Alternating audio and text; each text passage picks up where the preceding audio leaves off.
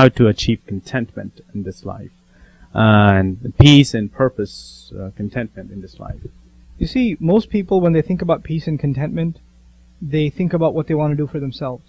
Okay, self-centered. So it's kind of it's a selfish thing, and that's okay, because you know what? According to Muslim creed, human beings were introduced to the Lord before they even got here, like we mentioned before. But now when they come to this earth, they're no longer in His direct company. So there's this emptiness inside the human being, Okay. longing for that The amazing higher. company that the human being once enjoyed. Now, that emptiness, you can fill it with anything else, and it will just be depleted and it won't fill you. Okay. And the only thing that will fill you is when you realize that original covenant, you are master, I am slave, and I'm ready to serve. And I want to serve only you. If you turn to God, I'm not even saying Allah, you turn to God and you say to Him, I have decided to serve only you. Show me the truth. And I've decided I really want to be your slave. My innermost conscience, in the depths of my heart, I feel this was the purpose for which I was created, and I want to come to you and only to you. And I want to do no blasphemy towards you. I do not want to follow the word of man. I want to follow your word. Show me what you have to say. Show me how to be your slave. Okay. Because when someone says, I want to be your slave, this is really important now.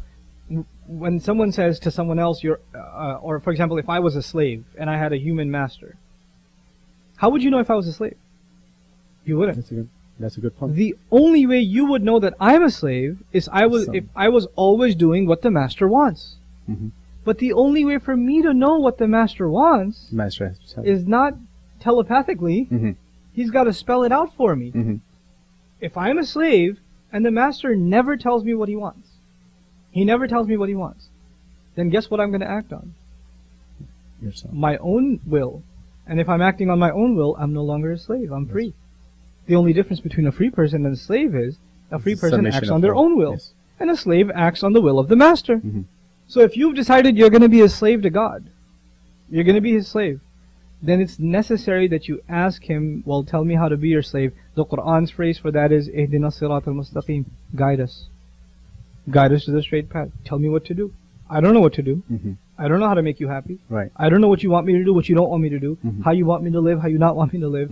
You know, I know none of these things. So I beg you to guide me. And if that question has come into your heart, then read the translation, even the most shallow translation of the first surah. I'm not going to say chapter, even though that's what most books say.